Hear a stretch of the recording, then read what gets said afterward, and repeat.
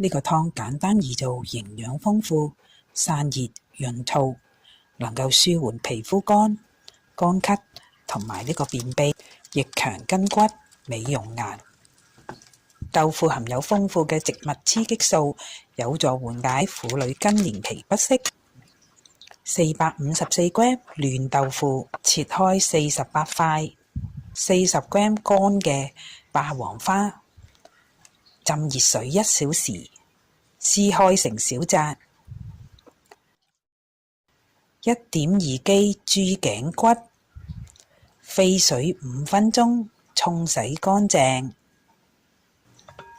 大火熱鍋以下1湯匙油，油熱15g 薑片，煎香20秒。以飛水嘅豬骨，大火煎1分鐘。2000cc 嘅滾水，2粒蜜棗，霸王花，攪動一下，大火煮5分鐘。蓋好，轉細火煮1個鐘頭。2茶匙鹽，攪勻。454g 嘅嫩豆腐，20g 乾杞子，蓋好，細火煮多15分鐘。